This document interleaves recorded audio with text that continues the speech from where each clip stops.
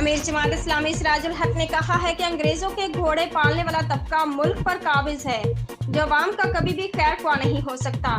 میر جعفر اور میر صادق کا ٹولہ امریکہ IMF اور ورلڈ بینک کے ایما پر عوام پر ظلم کے پہاڑ توڑ رہا ہے۔ PP ہو یا PDM کسی نے بھی عوام کو حقوق نہیں دیے۔ ملک سیاسی اور آئینی بحران کا شکار ہے۔ ان کا کہنا تھا کہ پارلیمنٹ اور عدلیہ میں جنگ کا ماحول ہے اور سیاسی پارٹیاں دست و گریبان ہیں۔ عوام بھوک، بدحالی، بے روزگاری اور غربت کا شکار ہے۔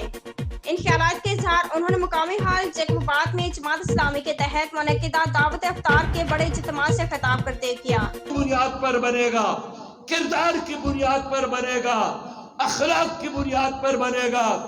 یہ وہ ملک بنے گا جو دنیا بھر میں جہاں بھی مسلمان پر تکلیف ہو پاکستان وہاں پر حاضر ہوگا، ان کے لیے صاحبان اور چھتری کی طرح موجود ہوگا۔ لیکن 75 سال گزر گئے، آپ مجھے بتائیں کیا ہماری عدالتوں میں قرآن اور حدیث کا نظام ہے؟ اللہ کا فیصلہ ہے۔ جو میرے نازل کردہ کتاب پر فیصلے نہیں کرتے وہ کافر ہے۔ وَمَن لَّمْ يَحْكُمْ بِمَا أَنزَلَ اللَّهُ فَأُولَٰئِكَ هُمُ الْكَافِرُونَ۔ لیکن ہماری عدالتوں میں تو قرآن پر فیصلے نہیں ہوتے۔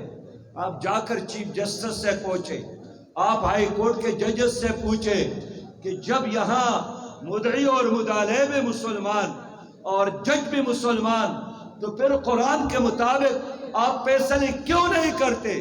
کیا اللہ نے نہیں فرمایا شہر رمضان الذی انزل فیہ القرآن ھدی للناس وبینات من الہدی والفرقان؟ یہ حق اور سچ کے درمیان فیصلہ کرنے والا یہی واحد کتاب قرآن ہے۔ لیکن ہماری عدالتوں میں قرآن کریم نہیں ہے، پھر کیسے آپ مسلمان ہیں؟ آج ابھی قیامت کی گھڑی نہیں آئی ہے، لیکن اپنی ذات سے پوچھے کہ میں مسلمان ہوں تو ہماری عدالتوں میں قرآن کا نظام کیوں نہیں ہے؟ اللہ۔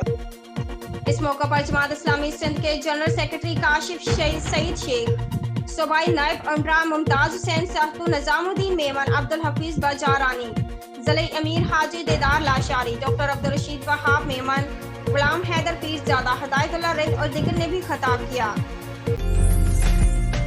عمدہ میں پکائیں اور جی بھر کے کھائیں۔